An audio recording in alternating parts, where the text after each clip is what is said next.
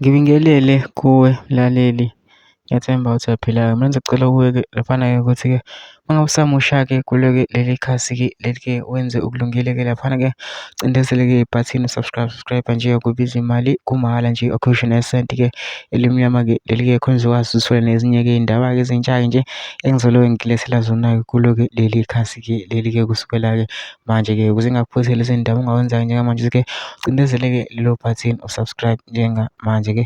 Udaba kulethele lona-ke namhlanje kulethele-ke laphana-ke uMlisa-ke ehlaziya-ke laphana le ndaba-ke icala-ke le-MK-ke laphana-ke eveza-ke nabantu-ke okumele-ke babhlenywe if i-MK-ke ingaphumeleli kulo-ke leli cala-ke leli-ke. Kodwa ngifuna ukuthi wezwa ngami-ke mina-ke phela nje into engizoyenza nje ngizodedela-ke ividiyo-ke uzizwele wena-ke. Ngizocela laphana uzizwele-ke le video lena-ke ungene ema-comment section-ke ushiye uvo lwakho-ke laphana ukuthi wena-ke ucabangani-ke ngalo-ke lolu daba-ke lolu-ke masicindezana nebhasi nje subscribe nje akubiza imali kumahhala nje akhishwe nesenti-ke elimnyama-ke leli-ke.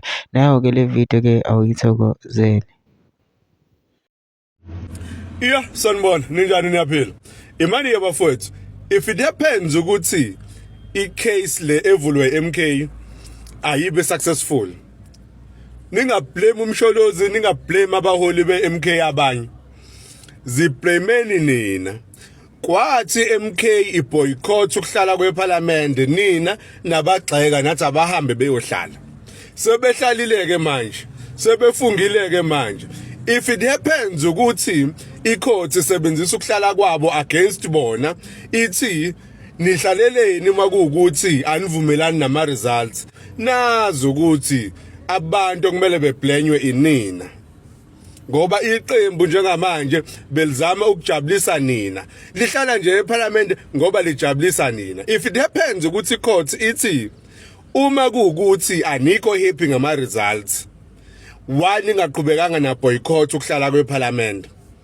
Nazi ukuthi abantu okumele beblenywe inina enanithi ayihambe MK iyonimela lapha eParliament ngoba nivotele. Ihambile-ke inimele laphana.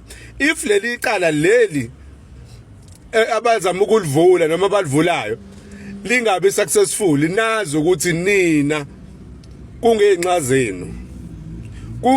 zenu nikwazi lokho, nihleze nikwazi ukuthi kungenxa zenu and understandanga mhlezane iMK ithi ya boycott ukuthi yenzani.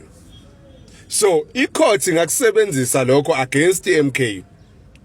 That's why njengamanje sebethena no uma ukuthi bavula amacala or bavula icase against uIEC abayimele bona bodwa abanga